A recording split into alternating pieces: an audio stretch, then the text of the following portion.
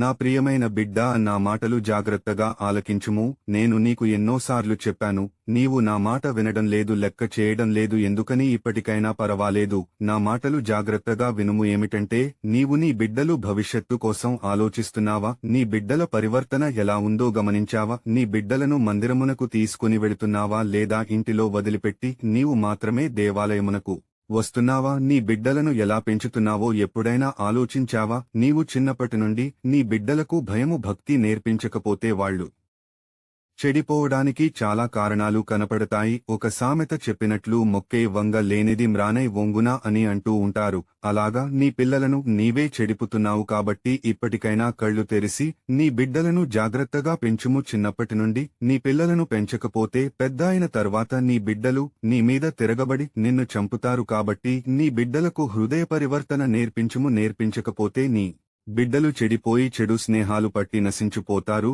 సుమ, నీవు నీ పిల్లలకు మంచి నేర్పించకపోతే నీ మాట వినిపించుకోరు. నీ బిడ్డలను మందిరమునకు తీసుకుని వెళుతూ ఉండు. భయభక్తులు నేర్పించు. ఇంటిలో వదిలిపెట్టి తల్లిదండ్రులుగా మీరు మాత్రమే మందిరమునకు వెళ్లవద్దు. మీ పిల్లలు తీసుకుని వెళ్ళండి. ఎందుకంటే ఇంటిలో ఉండి టీవీలు, సెల్ ఫోన్లు చూస్తూ రకరకాల చెడు వేసినాను చూస్తూ చెడిపోతారు. అందుకని నీకు చెబుతున్నాను, అలాగే మందిరంలో మీ పిల్లల పరివర్తన ఎలా ఉందో గమనిస్తూ ఉండండి. మందిరంలో కూర్చుని సెల్ ఫోన్ తీసుకుని YouTube, Facebook, Instagram, ShareChat, Twitter, TikTok, games మరియు రకరకాల యాపిల్ ఓపెన్ చేసి చూస్తూ చాట్ చేస్తూ ఉంటారు. మందిరములో లాడుతుంటారు, నవ్వుతూ ఉంటారు, గొడవలు పడుతూ ఉంటారు. యాజకులు చెప్పే దేవుని వాక్యాలను ఆలకించరు. మీరు తల్లిదండ్రులుగా మీ బిడ్డల పరివర్తన చూస్తూ ఉండాలి. అలాగే బడికి, స్కూల్కి వెళుతున్నప్పుడు, వస్తున్నప్పుడు వాళ్ళు తిన్నగా స్కూలుకి వెళుతున్నారా, ఇంటికి వస్తున్నారా అని గమనిస్తూ ఉండాలి. ఎందుకంటే స్కూలుకి, బడికి వెళుతున్నాము అని చెప్పి అల్లరి చిల్లరగా తిరుగుతూ ఉంటారు, చెడిపోతారు. మద్యానికి మరియు స్మోకింగ్,